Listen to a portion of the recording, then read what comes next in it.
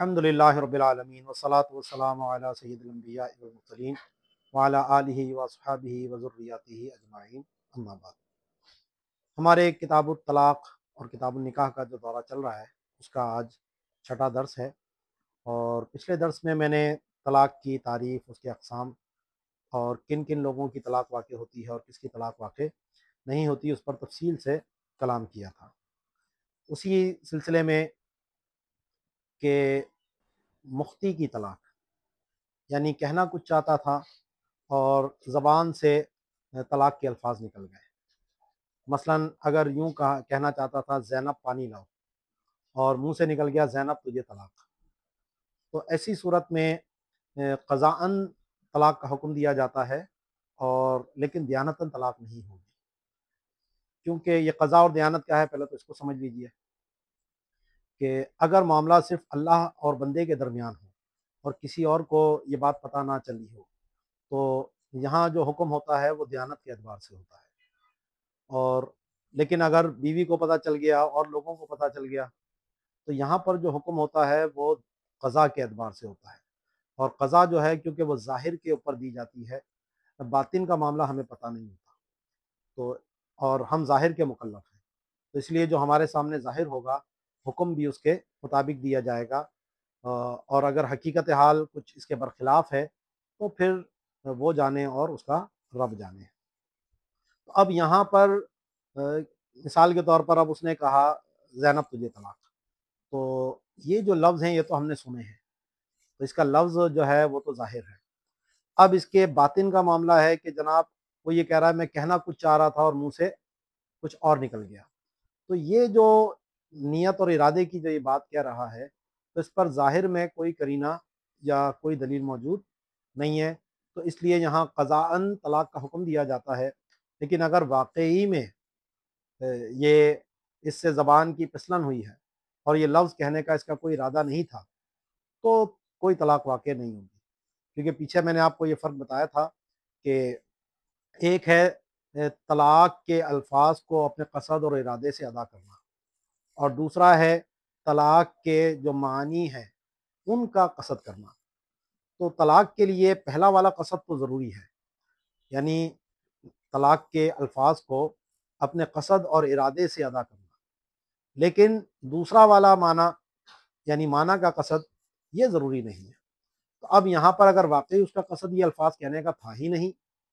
تو پھر دیانتاً کوئی طلاق واقع نہیں ہوگی، اور اگر صرف اس کی زبان سے اتنے الفاظ ادا ہوئے جو صرف اس کے کانوں میں آئے ہیں، اس کی بیوی نے سنا ہی نہیں ہے، تو پھر اس کو چاہیے کہ بیوی کو کچھ بھی نہ بتائے اور بس یہ سمجھ لے کہ یہاں کوئی طلاق واقع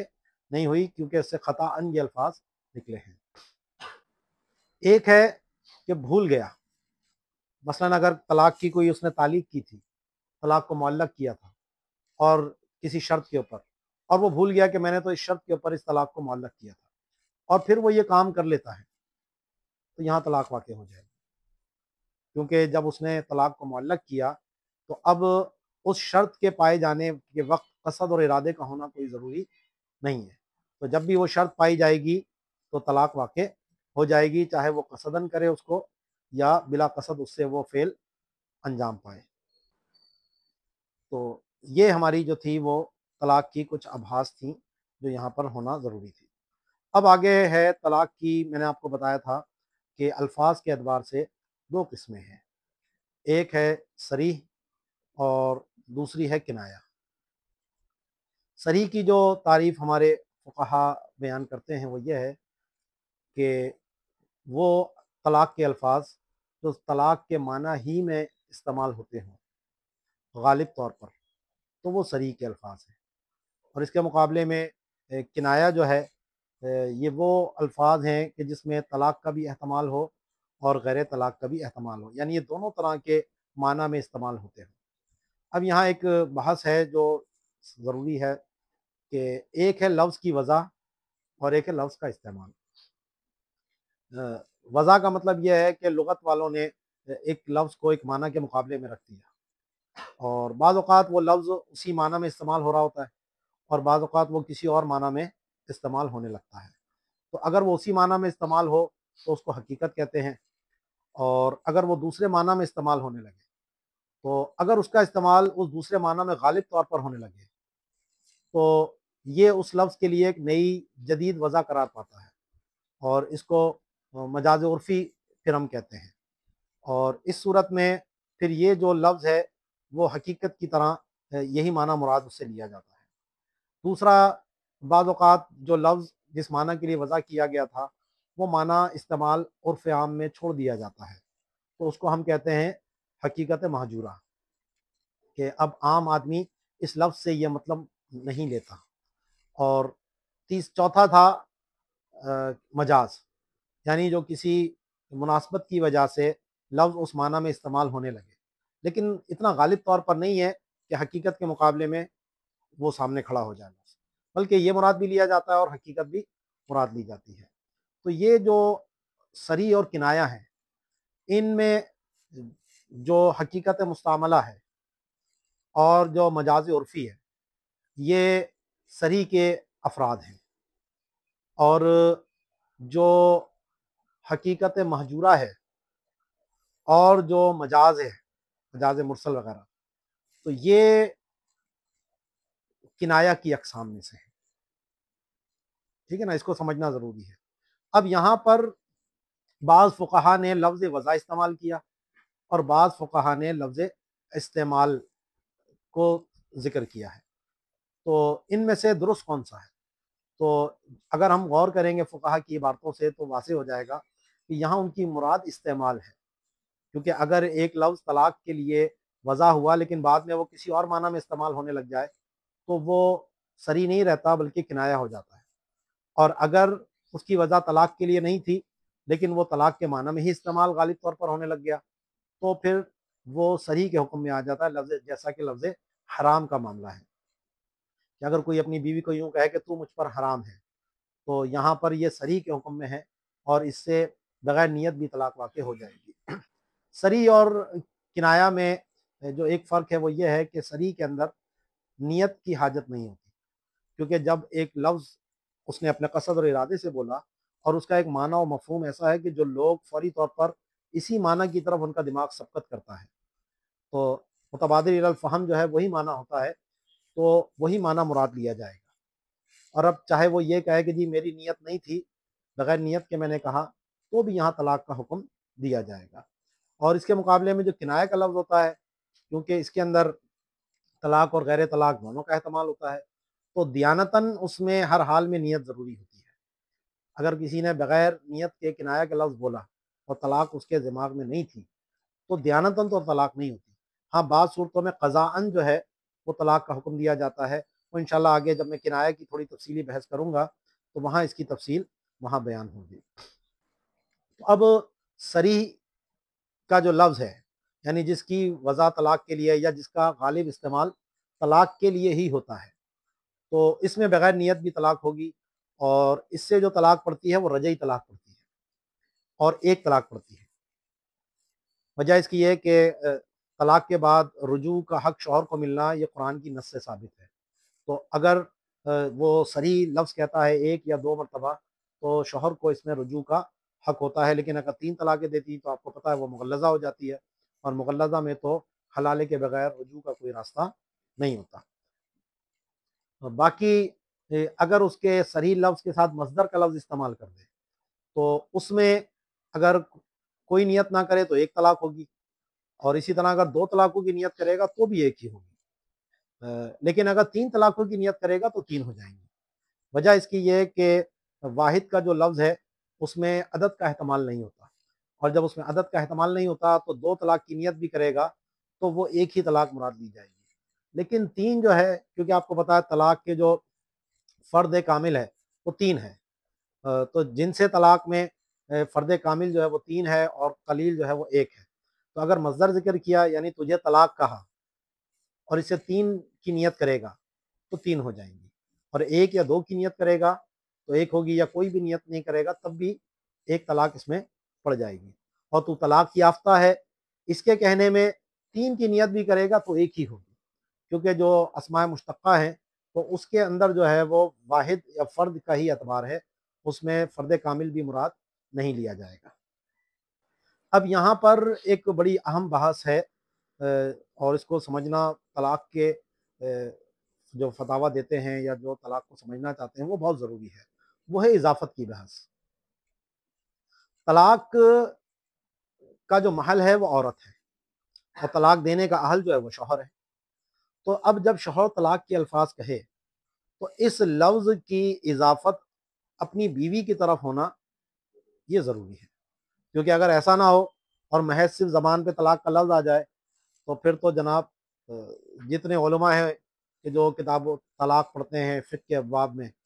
اور ان کی بیویوں کو طلاق پڑ جائے، یا سارے حافظ سورہ طلاق ہی پڑھتے ہیں، یا جتنی عوام ہے وہ بھی قرآن کو ختم کرتی ہے تو سورہ طلاق تو وہ بھی پڑھتے ہیں، تو ان کی بیوی کو طلاقیں پڑ جائیں تو ایسا تو کوئی پاگل ہی کہہ سکتا ہے۔ تو اس لیے طلاق کی لفظ طلاق کی اضافت عورت کی طرف ہونا ضروری ہے، یعنی اس لفظ سے عورت مراد لی جائے۔ اب یہ جو اضافت ہے یا تو بعض اوقات لفظوں میں ہوتی ہے یا بعض اوقات الفاظ میں، تو اضافت نہیں ہے لیکن مرد اس کی نیت کرتا ہے کہ اس سے مراد جو ہے وہ اپنی بیوی ہی لیتا ہے، تو اس اعتبار سے طلاق کی اضافت یا تو صریح لفظوں میں ہوگی یا منوی ہوگی، یعنی نیت کے اندر ہوگی۔ اور جو صریح الفاظ ہیں اس اعتبار سے اس اضافت کی 3 قسمیں بنتی ہیں۔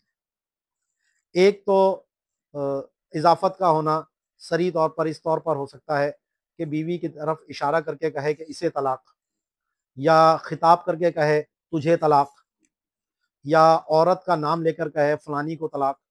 یا اپنے سسرالی کسی رشتہ دار کو کہے تیری بہن کو، یا سسر کو کہے تیری بیٹی کو طلاق۔ تو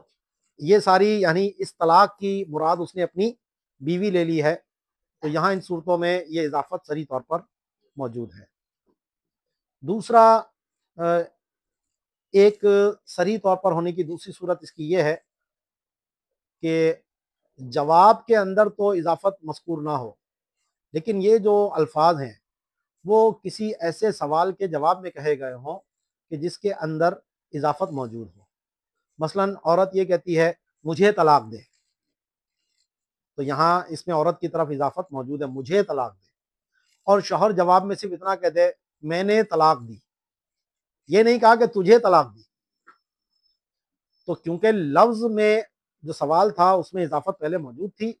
اور یہ جو جواب گیا ہے وہ اسی سوال کے جواب میں ہے، تو جو جواب ہوتا ہے اس میں سوال کا اعادہ موجود ہوتا ہے۔ تو اگرچہ یہاں پر تجھے کا لفظ موجود نہیں ہے، لیکن کیونکہ سوال کے اندر اضافت موجود تھی تو یہاں پر بھی یہی سمجھا جائے گا کہ یہاں پر تجھے طلاق دی یہ مراد لیا ہے، تو یہ بھی صریح ہی کی ایک قسم ہے۔ تیسری، بعض اوقات لفظوں میں تو ذکر نہیں ہے، اچھا کوئی سوال بھی نہیں ہے اس سے پہلے، لیکن جب یہ لفظ کوئی کہتا ہے تو اس سے اس کی بیوی ہی مراد لی جاتی ہے، کوئی اور مراد نہیں لی جاتی، اور عرف و عادت یہاں پر اس پر ایسا ہو چکی ہے کہ یہ بیوی کے لیے ہی مستعمل ہوتا ہے، کسی اور کے لیے استعمال نہیں ہوتا، یعنی عرف کی وجہ سے وہاں پر اضافت مانی جاتی ہے۔ تو یہاں پر کیونکہ آپ کو معلوم ہے کہ المعروف کالمشروط، کہ جو معروف ہے وہ ایسے ہی ہے جیسا کہ اس کو لفظوں میں ذکر کر دیا ہے، تو اس لیے یہاں پر اگر اس نے اضافت نہ بھی ذکر کی ہو تو بھی یہاں پر طلاق مراد لی جائے گی۔ اس کی مثال علامہ ابن عابدین شامی نے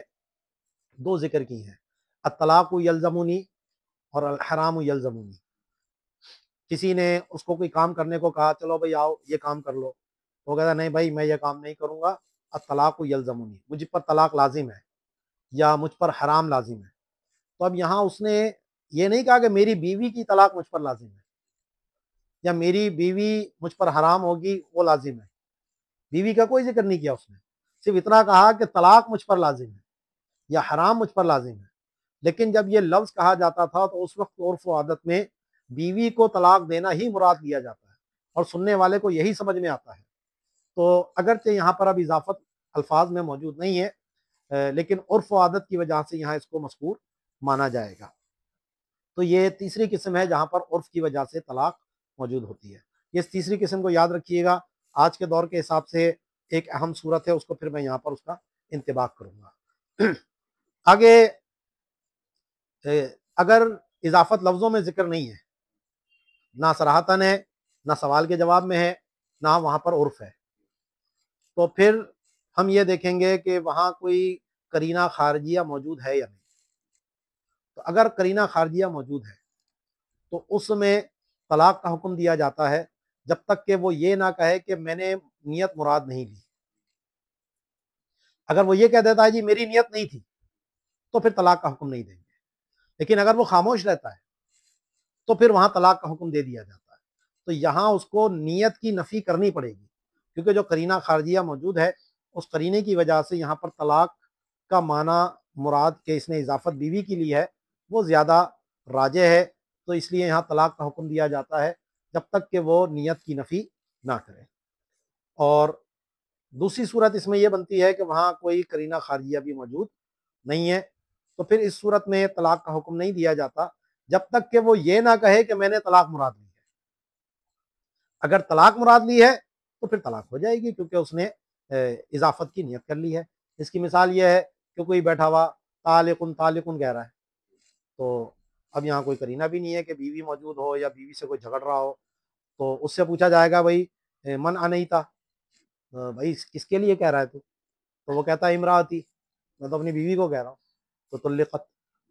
تو یہاں طلاق پڑ جائے گی۔ اگر وہ یہ نہ کہتا کہ بیوی مراد نہیں تو پھر طلاق نہیں پڑتی، کیونکہ یہاں کوئی ایسا قرینہ خارجیہ موجود نہیں ہے کہ جس سے یہ طلاق کی اضافت اس کی عورت کی طرف لی جا سکتی تھی۔ تو یہ 5 صورتیں یہاں پر بن گئیں، ایک لفظوں میں صریح طور پر، ایک سوال کے جواب میں، تیسری عرف کی بنیاد پر، اور کنایا میں اگر قرینہ خارجیہ ہے تو طلاق کا حکم ہوگا جب تک کہ یہ نہ کہے کہ میں نے نیت نہیں کی، اور 5ویں صورت یہ ہے کہ طلاق کا حکم نہیں ہوگا جب تک کہ نیت کا اقرار نہ کرے۔ اب یہاں ہمارا جو عرف و عادت ہے اس کو ہم نے دیکھنا ہے۔ اب ہمارے دور میں جو عام طور پر طلاق دی جاتی ہے تو وہ یہ ہے کہ جو جاہل لوگوں کی بات کر رہا ہوں، جو عام عوام ہے، کہ 2 گالیاں پہلے دیتے ہیں، پھر بیچ میں طلاق طلاق طلاق بولتے ہیں، اور آخر میں 2 گالیاں دیتے ہیں، پھر کہتے ہیں نکل جا میرے گھر سے، اور یہ اور وہ جو اول فول بکنا ہوتا ہے وہ بکتے ہیں۔ تو اب یہاں پر جب اس نے صرف طلاق طلاق طلاق کہا، اب اگر بظاہر دیکھا جائے تو یہاں اضافت موجود نہیں ہے۔ اس نے تو صرف یہ نہیں کہا تجھے طلاق یا میری بیوی کو طلاق، صرف اتنا کہا طلاق طلاق طلاق۔ تو ہمارے جو سابقہ ماضی کے آپ کچھ فتاویٰ دیکھیں گے تو جب اس طرح کے سوال وہاں پر ان سے پوچھے گئے تو انہوں نے اضافت کی بات کی کہ بھائی یہاں اضافت نہیں ہے، اور اضافت ہو تو طلاق ہوتی ہے، اور اگر نیت کرے گا تو طلاق ہوگی۔ تو یہ اس صورت کے ساتھ مقید ہے کہ جب وہاں پر اضافت مراد لینے پر عرف نہ ہو۔ اب اگر ہم اپنے دور میں دیکھیں تو ہمارے ہاں تو طلاق جو زبانی دی جاتی ہے وہ اسی طرح دی جاتی ہے، میں تجھے طلاق دیتا ہوں یا میں نے تجھے طلاق دی، اتنا لمبا جملہ بولنے کا تکلف بہت کم لوگ کرتے ہیں۔ ہاں تحریر جب کی جاتی ہے تو وہاں طلاق کے پورے الفاظ کہے جاتے ہیں، لیکن جب زبانی عام طور پہ طلاق دی جاتی ہے تو وہ اسی طرح بس ڈھس ڈھس ڈھس 3 فائر ایک ساتھ مارتے ہیں، طلاق طلاق طلاق، اس سے کم پہ وہ رکتے ہی نہیں ہیں۔ اب یہاں پر کیونکہ عرف موجود ہے تو اب عرف کی وجہ سے یہاں پر اضافت کی گفتگو نہیں کی جائے گی۔ اب یہ نہیں پوچھا جائے گا کہ جناب تمہاری نیت تھی کہ نہیں تھی۔ یہاں پر جب 2 گالیاں بیوی کو دے رہا ہے، آخر میں بعد میں 2 گالیاں اور پھر بیوی کو دے رہا ہے، آگے پیچھے بیوی کے سے خطاب چل رہا ہے، تو درمیان میں یہ جو الفاظ اس کے آئے ہیں یہ بیوی کے لیے ہی ہیں، اور عرف و عادت میں یہ متعین ہو چکے ہیں اس کے لیے۔ تو اس لیے یہاں پر بعض جو ہمارے فتاویٰ دارالفتاء ہیں وہ اسی سابقہ فتووں کی بنیاد پر پھر وہ کہتے ہیں اچھا جی دیکھو فتاویٰ رضویہ شریف میں یا فلاں فتاویٰ میں نیت کی بات کی ہے تو یہاں پر اس لیے نیت ہوگی۔ تو جناب اصل چیز عرف و عادت کو سمجھنا بھی ضروری ہے۔ امام اہل سنت کے دور میں اگر انہوں نے اس طرح کا فتویٰ دیا تو اس دور میں کیونکہ اس کے اوپر عرف و عادت نہیں تھی تو اس وجہ سے آپ نے وہاں پر اضافت کی بات کی تھی۔ لیکن اگر آج عرف ہے،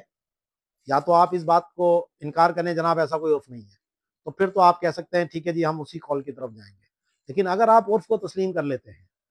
تو پھر تو جو میں حکم آپ کو یہاں بیان کر رہا ہوں اسی حکم پر عمل کرنا ہوگا، اور اسی لیے فتویٰ دیتے وقت بڑی احتیاط کی ضرورت ہوتی ہے، اور صرف کتابوں سے مسائل کو دیکھ لینا کافی نہیں ہے، بلکہ ایک مفتی کے لیے عرف و عادت کو سمجھنا بھی ضروری ہے۔ اور علماء فرماتے ہیں من لم یعرف عرف زمانہ فہو جاہل، کہ جو اپنے زمانے کے عرف کو نہیں جانتا تو وہ جاہل ہے، یعنی اس کا فتویٰ دینا حرام ہے،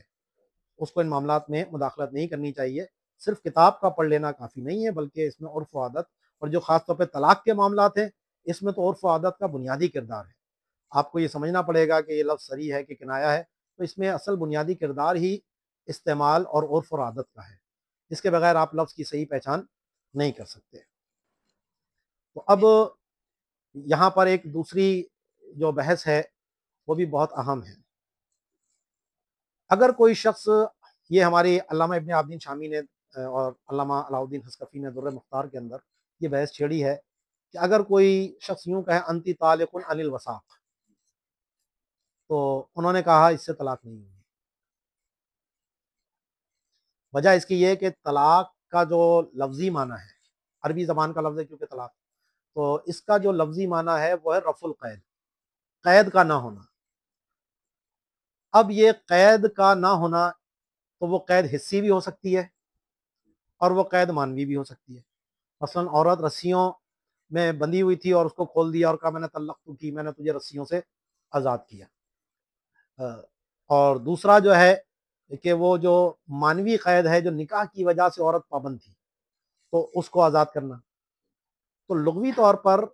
طلاق اور اطلاق دونوں کا مطلب ایک ہے، لیکن عورت کے لیے لفظ طلاق استعمال ہوتا ہے، اور جو دیگر چیزوں کی قیودات ہیں اس کے ہونے نہ ہونے کے اعتبار سے لفظ اطلاق استعمال ہوتا ہے۔ تو اب اگر کوئی عربی زبان میں طلقت کی عن الوثاق کہہ دے، یعنی میں نے تجھے رسیوں سے آزاد کیا، تو فرماتے ہیں یہاں طلاق نہیں ہوگی۔ وجہ کیا ہے؟ حالانکہ پیچھے تو ہم نے کہا کہ یہ لفظ صریح ہے، اور لفظ صریح میں نیت ہو یا نہ ہو تو طلاق کا حکم ہوتا ہے۔ تو یہ ایک بنیادی فرق جو ہے نا، ایک تھوڑی سی باریک چیز ہے سمجھنے کی، اور وہ آگے بہت ساری جگہوں پہ آپ کو کام دے گی، کہ ایک ہے نیت کا نہ ہونا، اس کو ہم کہتے ہیں عدم النیہ، نیت کا نہ ہونا، نیت نہیں کی، تو اس صورت میں تو جو طلاق کا صریح معنی ہے جو عرف و عادت میں مراد لی جاتی ہے وہی مراد لیا جائے گا۔ اور دوسرا ہے نیت العدم، یعنی کسی ایسے معنی کا قصد کرنا کہ لفظ اس کا احتمال رکھتا ہے اور وہ اس صریح معنی کے مقابلے میں ہے، یعنی عام طور پر تو مراد وہ والا معنی لیا جاتا ہے، لیکن ایک دوسرے معنی کا بھی احتمال موجود ہے اور یہ شخص اس معنی کا قصد کر لے، تو نیت العدم کے اندر طلاق نہیں ہوتی، عدم نیت میں طلاق ہو جاتی ہے، کیونکہ یہاں پر اس نے لفظ کو اس طلاق کے معنی سے پھیر کر دوسری طرف لے گیا، تو یہاں صارف موجود ہے، تو جب صارف موجود ہے یعنی اس کو پھیرنے والی چیز موجود ہے، تو پھر وہاں طلاق مراد نہیں لی جاتی۔ تو طلقت کی عن الوثاق اگر کوئی کہتا ہے تو ایسی صورت میں طلاق واقع نہیں ہوگی۔ اب اس نقطے کو ذہن میں رکھیے گا، کیونکہ آگے بہت سے جو دیگر آج ہمارے دور کے الفاظ ہیں جو اپنی اصل وضع میں تو کنایہ تھے، لیکن بعد میں وہ غالب طور پر طلاق کے لیے استعمال ہونے لگے، تو اب ان کے اوپر صریح کا حکم دیا جاتا ہے۔ جیسے لفظ چھوڑا ہے، اب یہ لفظ چھوڑا جو ہے اگر قیودات کے ساتھ ہو تو وہاں طلاق مراد نہیں بھی ہوتی۔ مثلا کوئی کہتا ہے جی میں نے اپنی بیوی کو بازار میں چھوڑا، یا اس کی ماں کے گھر چھوڑا، یا اس کے گھر پہ چھوڑا، یا سڑک پہ چھوڑا، یا فلاں جگہ چھوڑا، یا کل میں تمہیں چھوڑ دوں گا فلاں جگہ اور یہ کر دوں گا، تو یہاں جو سارے قرینے ایسے موجود ہوتے ہیں کہ جس سے پتہ لگتا ہے کہ وہ طلاق مراد نہیں لے رہا، بلکہ وہاں ترک کے معنی میں آ رہا ہے، یعنی چھوڑ کے آنے کے معنی میں آ رہا ہے۔ لیکن اگر کسی شخص سے پوچھا جائے ہاں بھائی تمہاری بیوی کا کیا معنی، کہتا میں نے تو چھوڑ دیا اسے، تو اب یہ جو لفظ اس نے کہا یا میں تمہیں چھوڑتا ہوں، جو شوہر اپنی طرف سے اس طرح کہہ رہا ہے، تو اب یہاں کس چیز سے چھوڑنا مراد ہے؟ تو یہاں پر واضح طور پر متبادر الی الفہم جو معنی ہوتا ہے وہ نکاح سے چھوڑنا ہوتا ہے۔ تو اسی لیے ہمارے جو اعلیٰ حضرت نے بھی اور جو بحر شریعت ہے مفتی امجد علی اعظمی نے بھی اس لفظ کو صریح کے حکم میں رکھا ہے۔ بعض لوگوں نے اس کے اوپر کلام کیا بھائی لفظ چھوڑنا کے ساتھ تو یہ ساتھ میں یوں بھی لگتا ہے، تو ساتھ میں لگنے سے وہ صریح ہونے کی نفی نہیں ہو جاتی۔ جیسا کہ طلقت کی عن الوثاق میں اگر عن الوثاق لگ جائے تو طلقت سے بڑھ کر کون سا صریح لفظ ہے؟ تو یہ صریح ہے، لیکن اگر انل وساق لگ جاتا ہے تو یہ بھی طلاق کے لیے متعین نہیں رہتا، بلکہ دوسرے معنی کا احتمال ہونے کی وجہ سے، اور جب اس نے اس لفظ کو دوسری طرف پھیر دیا تو اس لیے وہاں طلاق کا حکم نہیں دیا جاتا۔ تو ایسے ہی میں نے گھر چھوڑ دیا، میں نے بازار میں چھوڑ دیا، میں نے اس کی ماں کے گھر چھوڑ دیا، تو یہ جو قیودات لگا کر جب یہ لفظ کہا جاتا ہے تو یہ صاف واضح طور پر قرینے ہوتے ہیں، اور یہ صارف موجود ہے یہاں پر کہ مراد یہاں طلاق نہیں ہے بلکہ کوئی اور دوسرا معنی ہے، تو اس لیے یہاں پر طلاق کا حکم نہیں دیا جاتا۔ یہیں پر ایک اور مسئلہ ہے کہ کچھ ایسے الفاظ ہیں کہ جو پہلے کے ہمارے فقہا کے دور میں کنایہ کے طور پر استعمال ہوتے تھے، لیکن آج ہمارے دور میں اگر ہم دیکھیں اس کا استعمال غالب طور پر طلاق کے معنی میں ہی ہوتا ہے۔ اس میں دو لفظ ہیں، ایک ہے لفظ فارغ اور ایک ہے لفظ آزاد۔ اب اگر کوئی مرد اپنی بیوی کو یوں کہے میں نے تجھے آزاد کیا، یا میری طرف سے تو آزاد ہے، یا میں نے تجھے فارغ کیا، یا میری طرف سے تو فارغ ہے، تو اب جو سننے والا ہے اس کو فوراً سمجھ میں آتا ہے کہ یہ نکاح سے آزادی دے رہا ہے یا یہ نکاح سے فراغت دے رہا ہے۔ تو اس لیے یہ جو دو الفاظ میں نے بیان کیے، فارغ کیا اور آزاد کیا، تو جب شوہر اپنی طرف سے فراغت یا اپنی طرف سے آزادی عورت کو دینے کی بات کرے، میں نے تجھے فارغ کیا یا میری طرف سے تو آزاد ہے، تو یہ صریح کے حکم میں ہے، اور اس صورت میں بھی بغیر نیت کے طلاق واقع ہو جائے گی۔ ہاں، یہ الفاظ بعض اوقات کنایہ کے طور پہ بھی استعمال ہوتے ہیں، جیسا کہ بیوی کو یوں کہا تو فارغ ہے یا تو آزاد ہے، تو یہ جو لفظ ہے بعض اوقات بیوی کچھ پوچھتی ہے جی میں یہ کام کر لوں، تو مرد کہتا ہے تو آزاد ہے بھائی، یعنی مجھ سے پوچھنے تو میری غلام تھوڑی ہے کہ مجھ سے ہر بات پوچھے۔ تو یہاں یہ جو تو آزاد ہے اپنی طرف سے آزادی کی بات نہیں کر رہا، صرف مطلقاً عورت کی آزادی کی بات کی، یا یہ کہا کہ تو فارغ ہے یعنی کوئی کام کاج نہیں کر رہی، تو پھر یہ کنایہ کے حکم میں ہوگا۔ یہ فرق ذہن میں رکھنا ضروری ہے، کیونکہ پہلی والے جو دو جملے تھے اس میں مرد نے اپنی طرف سے فراغت دی، اپنی طرف سے آزادی کی بات کی ہے، لیکن یہاں جو لفظ ہیں وہ صرف یہاں پر فراغت کی بات کر رہا ہے، عورت کے یا عورت کے آزاد ہونے کی بات کر رہا ہے۔ تو یہاں پر کیونکہ متبادل الی الفہم طلاق کا معنی نہیں ہے، تو اس وجہ سے اس میں جو ہے وہ نیت ضروری ہوگی۔ اب اصل چیز میں نے آپ کو جیسے بتایا نا کہ استعمال ہے، تو بعض اوقات کوئی لفظ عرف کی وجہ سے صریح ہو جاتا ہے، اور اگر وہ عرف ختم ہو جائے تو وہ کنایہ میں چلا جاتا ہے۔ اس کی ایک مثال جو فتاوی رضویہ شریف کے اندر اعلیٰ حضرت نے بیان کی ہے، پائے کشادہ کر دوں، میں نے تیرے پیر کی رسی کھولی، تو یہ اپنی اصل وضع میں کنایہ ہے، لیکن خلاصۃ الفتاویٰ میں اس پہ انہوں نے کہا کہ یہ ہمارے دور میں صریح ہے کہ بیوی کو جب یہ کوئی کہتا ہے میں نے تیرے پیر کی رسی کھولی، تو مراد جو ہے وہ نکاح کی رسی کھولنا یعنی طلاق دینا مراد ہوتا ہے۔ تو عرف کی وجہ سے انہوں نے اس کو صریح کے حکم میں رکھا، لیکن امام اہل سنت مجدد دین و ملت پروانہ شمع رسالت امام احمد رضا خان علیہ رحمۃ الرحمن نے جو کنایہ کے الفاظ کا آپ کا تفصیلی فتویٰ موجود ہے، رسالہ موجود ہے، اس کے اندر پھر کہا کہ لیکن ہمارے دور میں یہ عرف نہیں ہے، اس لیے یہ واپس کنایہ ہو گیا۔ تو اصل چیز کیا ہوا؟ استعمال ہو گیا۔ ایسے ہی لفظ حرام جو تھا، تو متقدمین کی اصطلاح میں یہ لفظ طلاق کے لیے بھی استعمال ہوتا تھا، زہار کے لیے بھی استعمال ہو رہا ہے، ٹھیک ہے، تو اور ویسے بھی کہہ دیا گیا گالی کے طور پر بھی، تو اس لیے انہوں نے اس کو کنایہ کے حکم میں رکھا تھا کہ نیت ہوگی تو طلاق ہوگی، اور اگر نیت نہیں ہے تو طلاق واقع نہیں ہوگی۔ لیکن متاخرین کے دور میں یہ لفظ جو ہے وہ جب کوئی بیوی کو کہتا تھا تو وہاں طلاق کی حرمت ہی مراد ہوتی تھی، تو اس وجہ سے انہوں نے حکم دیا کہ یہاں پر جو ہے بغیر نیت کے بھی طلاق واقع ہو جائے گی۔ اور اب ہمارے دور میں بھی یہ لفظ جو ہے وہ اسی معنی میں ہی استعمال ہوتا ہے، یعنی بیوی کے طلاق کے لیے استعمال ہوتا ہے۔ تو اس لیے اب اگر کوئی یوں کہتا ہے کہ میں نے تجھے حرام کیا یا تو مجھ پر حرام ہے، اپنی بیوی کو خطاب کر کے کہتا ہے، یا میری بیوی مجھ پر حرام ہے، تو اس صورت میں نیت کے پوچھنے کی کوئی ضرورت نہیں ہے، اور یہاں پر بلا نیت بھی طلاق واقع ہو جائے گی۔ اب اس سے جو طلاق ہوتی ہے وہ بائنہ ہوتی ہے، وہ کیوں ہوتی ہے وہ انشاءاللہ جب میں کنایا کی بحث میں کہ کنایا سے بائنا کیوں ہوتی ہے یہ میں وہاں اس کو تفصیل سے بیان کروں گا کہ اس سے حالانکہ اصول تو یہ ہے کہ جب کوئی طلاق رجعی ہو جائے تو اس سے سری ہو جائے تو اس سے رجعی طلاق پڑتی ہے، اور کنایا سے جو ہے وہ بائنا طلاق پڑتی ہے۔ تو یہ سری ہونے کے باوجود بھی اس سے بائنا طلاق پڑتی ہے، تو وجہ کیا ہے وہ انشاءاللہ اس کو میں جب کنایا کی بحث کروں گا تو وہاں اس کو انشاءاللہ بیان کریں گے۔ تو یہ جو الفاظوں کا معاملہ ہے کچھ، اس کو عرف و عادت کو سمجھنا بہت ضروری ہے۔ اب جو پیچھے میں نے اضافت کی بات کی ہے، تو بعض اوقات عورت کے کسی ایسے جز کی طرف اضافت ہو جائے کہ جو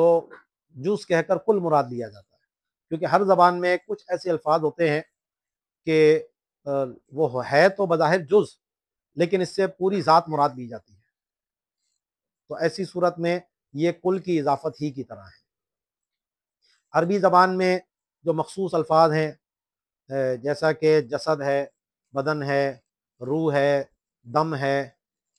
ٹھیک ہے، اور مختلف اس طرح کے الفاظ ہیں جو آپ عربی کتابوں میں دیکھیں گے۔ اسی طرح ہمارے اردو زبان میں بھی کچھ ایسے الفاظ ہیں کہ جہاں پر جز کہہ کر کل مراد لیا جاتا ہے، جیسے روح کا لفظ ہمارے یہاں پہ بھی بدن کا لفظ کہ تیرے بدن کو طلاق، تیری روح کو طلاق، تیرے جسم پر طلاق، تو یہ جسم اور روح دونوں کا مجموعہ انسان ہوتا ہے، تو یہاں پر طلاق کی اضافت تو جسم کی طرف کی، روح کی طرف تو نہیں کی، تو لیکن یہاں پر جسم کہہ کر پوری ذات مراد لی جاتی ہے۔ تو اس کے اندر اصول یہ ہے کہ ہر زبان کے محاورے کو دیکھا جائے گا۔ اگر کوئی عربی زبان کا لفظ ہے اور وہ جز کہہ کر کل مراد لیا جاتا ہے تو ضروری نہیں کہ اردو میں بھی وہ لفظ ایسا ہی ہو، وہی بات استعمال کی آ گئی۔ تو ہر زبان کے عرف اور عادت کو سمجھنا جو ہے وہ انتہائی ضروری ہے۔ اب طلاق کا جز کل کی طرح ہے، مثلا اگر کوئی یوں کہتا ہے تجھے آدھی طلاق، تجھے چوتھائی طلاق، تجھے پونی طلاق، تو طلاق ان چیزوں میں سے ہے کہ جس میں تجزی نہیں ہوتی، اجزا نہیں ہوتے، طلاق طلاق ہوتی ہے، تو اس لیے اس کے کسی جز کا ذکر کرنا کل کے ذکر کرنے کی طرح ہے۔ تو اگر یوں کہا تجھے آدھی طلاق تو یہ پوری طلاق ہو گئی۔ اسی طرح اگر یوں کہتا ہے 1.5 طلاق یا 1.25 طلاق تو ایک سے زیادہ ہو گئی، تو ایک تو پوری کامل ہو گئی، پھر جو دوسری کا جز ذکر کیا تو یہ بھی 2 پوری ہو جائیں گی۔ اسی طرح اگر کہتا ہے تجھے 2.25 طلاق یا تجھے 2.5 طلاقیں، تو ایسی صورت میں بھی 3 طلاقیں ہو جائیں گی۔ اور اگر جز کا استثناء کرے تو بھی اس کا جز استثناء کا کوئی فائدہ نہیں ہوتا۔ مثلا کوئی یہ کہتا ہے تجھے 3 طلاقیں سوائے آدھی کے، تو استثناء کے بعد جو باقی بچا وہ 2.5، تو ہو گئی 3۔ تو اس لیے جز کا استثناء کوئی فائدہ نہیں دیتا، لیکن اگر کل کا استثناء کر دے کہ تجھے 3 طلاق سوائے ایک کے، تو یہ 2 طلاقیں ہوں گی، کیونکہ استثناء اور میں نے استثناء کی قسم آپ کو بتائی بھی تھی، متصل اور منقطع کی۔ تو استثناء کا مطلب یہ ہوتا ہے کہ جو چیز مستثنیٰ کی جائے اس کے بعد جو باقی بچتا ہے حکم اس کے اوپر لگتا ہے۔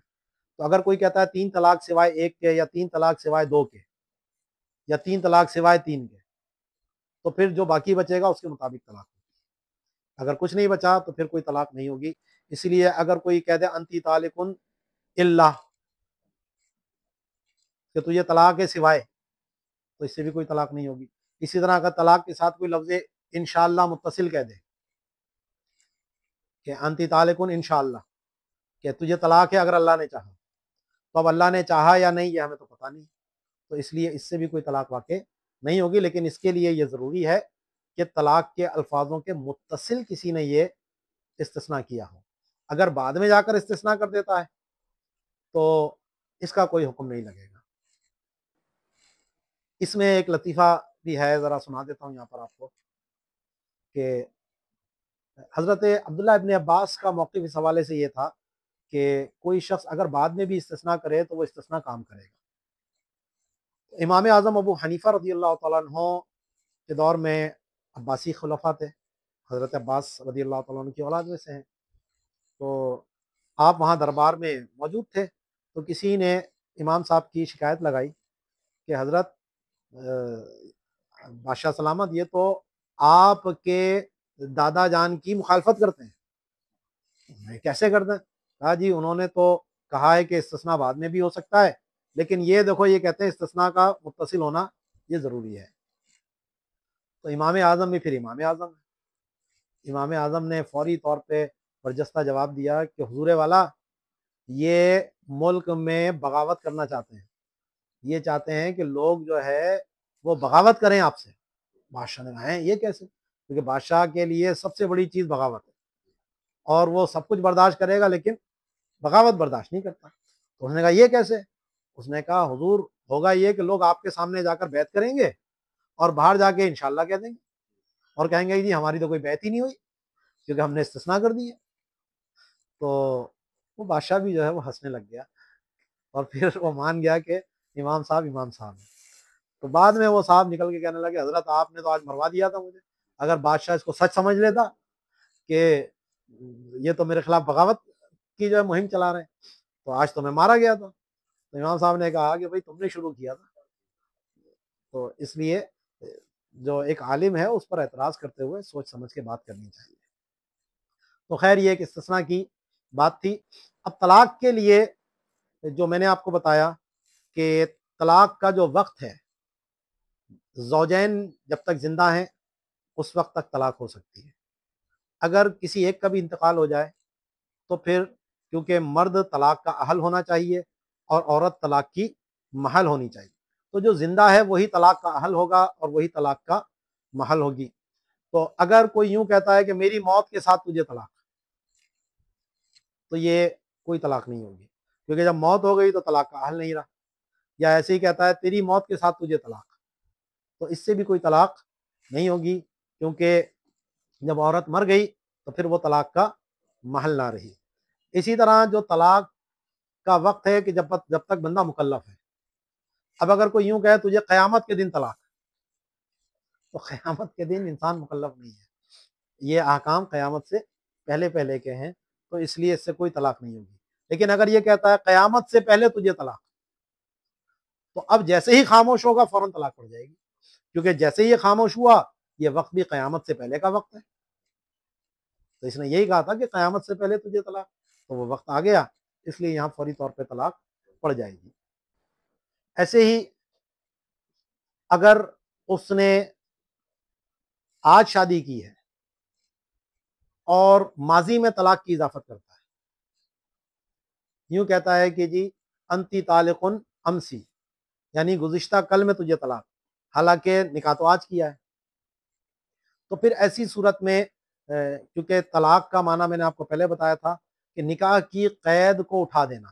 تو ظاہر ہے گزشتہ کل میں یہ نکاح میں تھی ہی نہیں، تو اس وقت تو کوئی قید موجود ہی نہیں تھی، تو اس کا یہ کہنا درست ہے، اس میں کوئی طلاق نہیں ہوگی۔ لیکن اگر نکاح کل سے پہلے ہو چکا ہے، ٹھیک ہے، اور کہتا ہے کہ جی گزشتہ کل میں تجھے طلاق، تو یہ انشاء فی الماضی انشاء فی الحال، یعنی اگر ماضی کے اندر طلاق کا انشاء کرے گا، طلاق کو ثابت کرے گا، تو یہ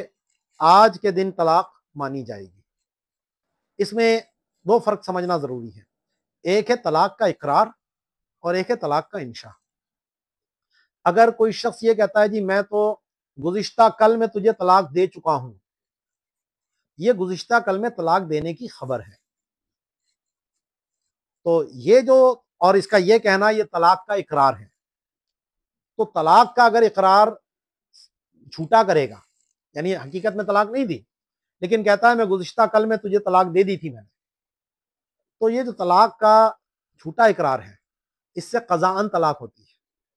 کیونکہ ہمیں نہیں پتا کہ واقعی اس نے طلاق دی تھی یا نہیں دی تھی، اور یہ ہمارے سامنے اقرار کر رہا ہے، تو اس لیے یہاں طلاق کا ثبوت مانا جائے گا۔ لیکن اگر واقعی اس نے طلاق نہیں دی تھی، کسی وجہ سے یہ اس نے جھوٹا اقرار اس طرح کا کر لیا، تو اس سے دیانتاً طلاق بہرحال نہیں ہوگی۔ اور اگر انشاء کے طور پر کہتا ہے کہ میں نے گزشتہ کل میں تجھے طلاق دی، تو یہ خبر نہیں ہے، یہ انشاء ہے، اس سے اگر نہیں بھی دی تو اب ہو گئی۔ یہیں سے مسئلہ نکلتا ہے، بعض لوگ جو باہر ممالک جاتے ہیں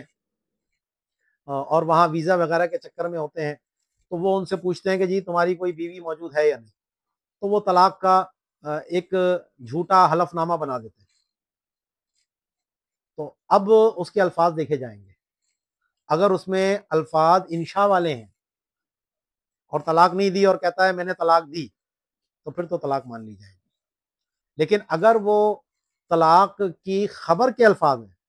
کہ میں 1 مہینہ پہلے اپنی بیوی کو طلاق دے چکا ہوں حالانکہ نہیں دی، تو پھر دیانتاً طلاق نہیں ہوگی اس میں۔ ٹھیک ہے، یہ بہت باریک سا مسئلہ میں نے آپ کو سمجھایا۔ ایک ہے طلاق کا اقرار ماضی کا، اور ایک ہے طلاق کا انشاء ماضی میں۔ تو تو انشاء میں تو قضا اور دیانتاً دونوں طرح طلاق ہوتی ہے، اور خبر کے اندر یعنی اقرار کے اندر قضاءً طلاق کا حکم دیا جاتا ہے، یعنی قاضی کے پاس اگر معاملہ گیا، جج کے پاس معاملہ گیا، تو وہ اس کی بنیاد پر طلاق کا حکم دے دے گا۔ لیکن اگر اس کی بیوی کو نہیں پتہ چلا یہ، اور اس نے ایسے ہی جھوٹا اقرار نامہ لکھا تھا، اور بعد میں وہ اپنی بیوی کے پاس آ کر شوہر کے طور پہ رہنے لگتا ہے، تو بہرحال وہ دیانتاً طلاق واقع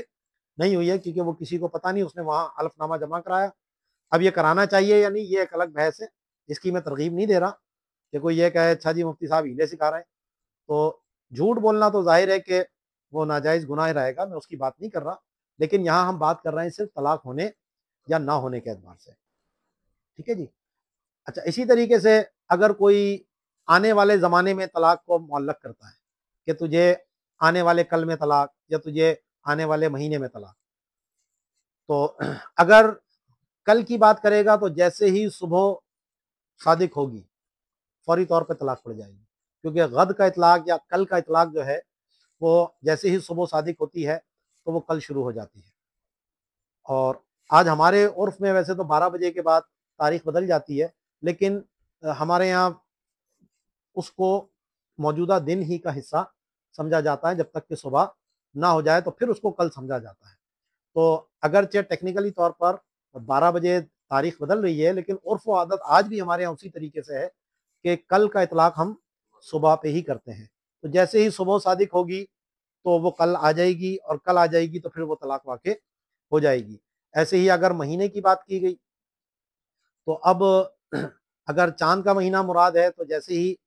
چاند نظر آئے گا تو وہ نیا مہینہ شروع ہو جائے گا اور طلاق واقع ہو جائے گی۔ لیکن آج ہمارا عرف و عادت کیونکہ یہ شمسی مہینوں کے اعتبار سے زیادہ چلتا ہے، ہم مہینے کی پہلا مہینہ یا نیا مہینہ شروع ہو گیا، ہم اسی ہمارے روزمرہ کے رواج میں وہی مراد لیا جاتا ہے، تو پھر یہاں پر ہم وہی مہینہ مراد لیں گے کہ جو عرف اور عادت میں جس کو مہینہ سمجھا جاتا ہے۔ اب یہاں پر ایک اور اہم مسئلہ ہے کہ میں نے آپ کو بتایا تھا کہ طلاق کا جو محل ہے وہ عورت ہوتی ہے۔ تو اگر کسی شخص نے اپنے آپ کو طلاق دی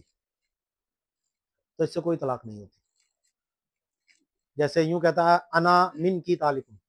میں تجھ سے طلاق یافتہ ہوں، تو کیونکہ طلاق کا محل عورت ہے اور اس نے اپنی ذات کی طرف طلاق کی اضافت کی، تو یہ کوئی طلاق واقع نہیں ہوگی۔ اور یہیں پر ایک دفعہ لطیفہ بھی ہوا تھا ہمارے ساتھ اس طرح کا مسئلہ کہ تفویض طلاق کے اندر مرد نے عورت کو طلاق کا اختیار دیا کہ وہ طلاق دے سکتی ہے اپنے آپ کو، تو عورت نے شوہر کو طلاق دے دی، اس نے کہا میں تجھے طلاق دیتی ہوں، تو اس سے کوئی طلاق نہیں ہوگی، کیونکہ طلاق کا محل عورت ہے، اس کو کہنا تھا میں اپنے آپ کو طلاق دیتی ہوں، اس نے شوہر کو طلاق دے دی۔ اب عام آدمیوں کو یہ مسائل تو ظاہر پتہ ہوتے نہیں ہے، تو طلاق کا محل عورت ہوتی ہے، طلاق کی اضافت عورت کی طرف ہونی چاہیے۔ تو اب یہاں پر اس نے جب یہ کہا میں شوہر کو کہتی ہے میں نے تجھے طلاق دی، تو یہ شوہر کی طرف اضافت ہوئی مرد کی طرف، اور اس سے کوئی طلاق واقع نہیں ہوتی۔ لیکن اگر لفظ بائن کے ساتھ ہو یا لفظ حرام کے ساتھ ہو کہ انا من کی بائن ہوں، میں تجھ پر بائن ہوں یا میں تجھ پر حرام ہوں، تو حلت دونوں میں مشترک ہے، مرد عورت کے لیے حلال ہے اور عورت مرد کے لیے حلال ہے۔ اسی طرح بینونت کا مطلب ہوتا ہے قطع منقطع، اور اس کی ضد ہوتی ہے وصل، تو ملنا، تو وصل میں بھی دونوں مشترک ہیں، مرد عورت سے ملتا ہے، عورت مرد سے ملتی ہے۔ تو یہاں پر اگر مرد کی طرف اضافت ہو جائے کہ میں تجھ پر حرام ہوں یا میں تجھ پر بائن ہوں، تو یہاں طلاق ہو جائے گی۔ طلاق کا محل یا کیونکہ رفع القید ہے نا طلاق کا معنی، اور قید میں عورت ہوتی ہے، مرد نہیں ہوتا، اس لیے یہاں طلاق کی اضافت عورت کی طرف ہونا یہ ضروری ہوتا ہے۔ اچھا، انگلیوں سے اگر اشارہ کیا، بعض اوقات کہتا ہے انتی طالقن ہاکذا، تجھے اتنی طلاق،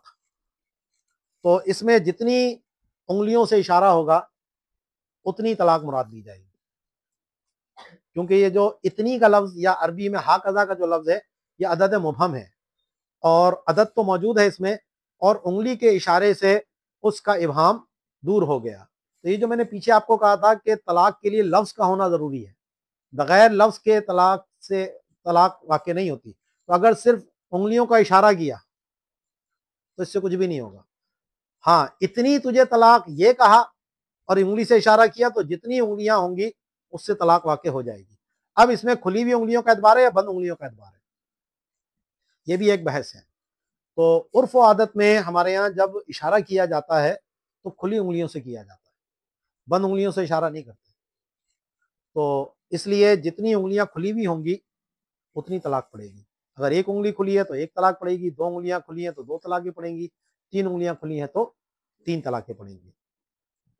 ہاں، اگر وہ پوری انگلیاں کھولتا ہے اور اس سے اشارہ کرتا ہے تجھے طلاق، اور مراد یہ لیتا ہے ہتھیلی کی، کہ میں تو ہتھیلی مراد لے رہا تھا، انگلیاں مراد نہیں لے رہا تھا، تو پھر یہاں پر کیونکہ اب یہ اس طریقے سے اشارہ ہمارے یہاں آپ کو پتا ہے وہ لعنت کے لیے زیادہ استعمال کیا جاتا ہے، تو اس کا مطلب ہے یعنی وہ لعنت دے کر طلاق دے رہا ہے، یہاں پر اشارہ عدد انگلیوں کی طرف نہیں ہے، تو اس لیے یہاں پر اس کی بات تسلیم کر لی جائے گی۔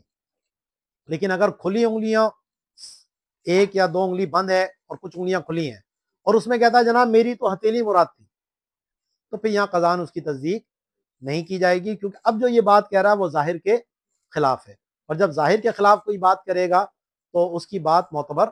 نہیں ہوگی، بلکہ حکم جو ہوگا وہ ظاہر کے مطابق ہوگا۔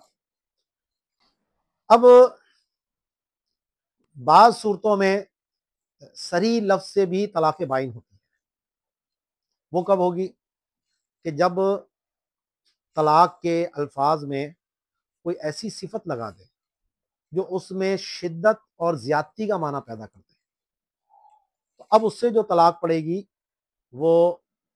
صریح ہونے کی وجہ سے نیت کی محتاج نہیں ہے، لیکن وہ طلاق بائن ہوگی، یعنی اس سے نکاح فوری طور پہ ختم ہو جائے گا۔ تو اگر کوئی یوں کہتا ہے تجھے شدید طلاق، تجھے بڑی طلاق،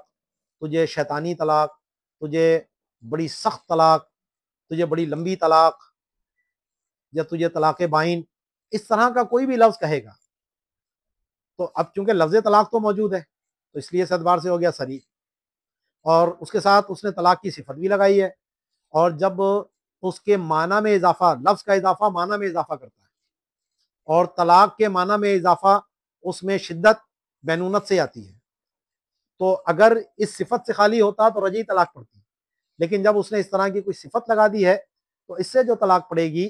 وہ طلاق بائن پڑے گی، یعنی نکاح فوری طور پر ختم ہو جائے گا۔ اور اس میں اگر ایک یا دو کی نیت کرے گا تو ایک طلاق ہوگی، اور اگر تین کی نیت کرے گا تو تین طلاقیں ہو جائیں گی، کیونکہ میں نے آپ کو بتایا تھا بائنہ کی دو قسمیں ہیں، ایک بائنہ خفیفہ اور ایک بائنہ غلیظہ۔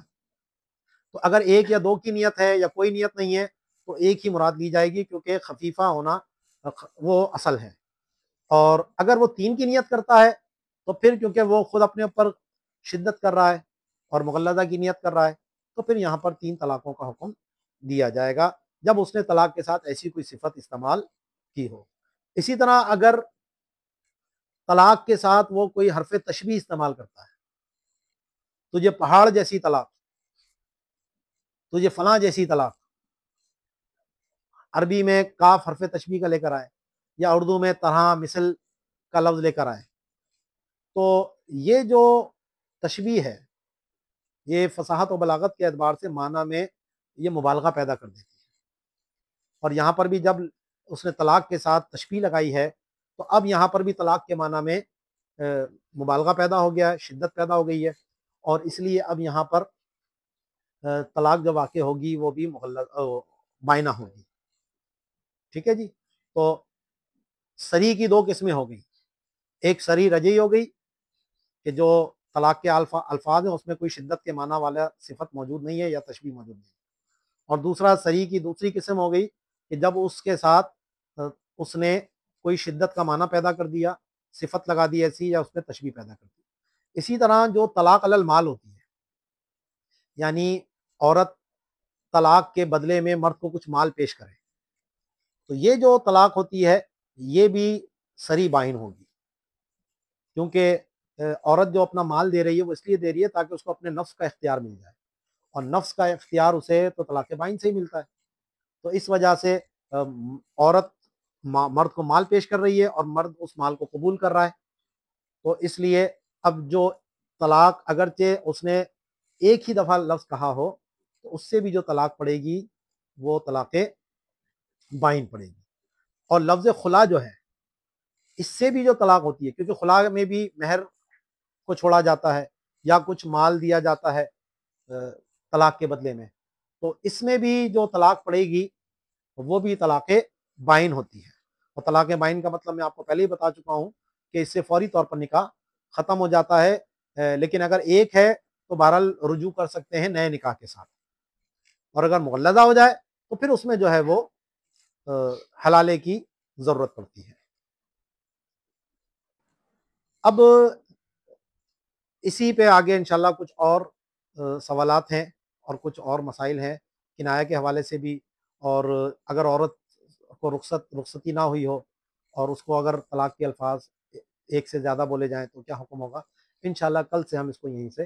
کنٹینیو کریں گے۔ وما علینا الا البلاغ المبین۔ اس میں ایک سوال ہے کہ آپ نے فرمایا کہ اگر بعض اوقات کسی وجہ سے اپنی پچھلی سابقہ بیوی کو ریٹرن میں اس کو طلاق لکھ کے دینی پڑتی ہے، اب آپ نے فرمایا کہ دیانتاً تو طلاق نہیں ہوگی جب تک قاضی کے پاس نہیں آئے گا، لیکن اگر قاضی کے پاس آئے گا تو قضاً طلاق ہو جائے گی۔ اگر اس کام سے پہلے وہ گواہ بناتا ہے لوگوں تو کیا یہ قضاً اس کو کوئی فائدہ دے گا؟ ہاں یہ فائدہ دے گا پھر اس کو، جیسے پیچھے میں نے بتایا تھا کہ اگر وہ طلاق کا جھوٹا اقرار اس کو مجبوراً کرنا پڑ رہا ہے کسی اس میں اور اس نے پہلے گواہ بنا لیے تھے تو پھر قضاءً بھی اس کی یہ بات تسلیم کی جائے گی۔